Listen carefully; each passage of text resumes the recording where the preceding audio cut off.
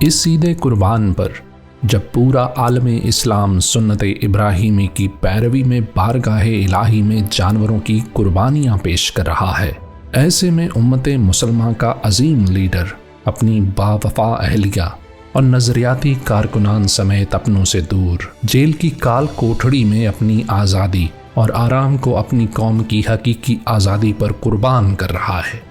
یہ ظلم وہ اس لیے جھیل رہا ہے کہ وہ ایک آزاد، خوددار اور انصاف پر مبنی پاکستان کے حصول کے لیے کوشاں ہے۔ یہ قربانی کسی منصب یا اقتدار کی نہیں، بلکہ غلامی کے شکنجے سے آزاد، خوددار پاکستان کے حصول کی ہے۔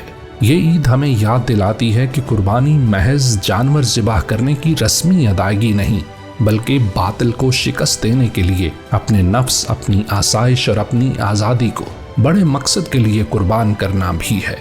سلام ہے دھرتی کے ان عظیم سپوتوں کو جو عید کے دن بھی اس جدوجہد سے پیچھے نہیں ہٹے اور عظیم قربانی دے کر تاریخ میں اپنا نام سنہری الفاظ میں لکھوا رہے ہیں۔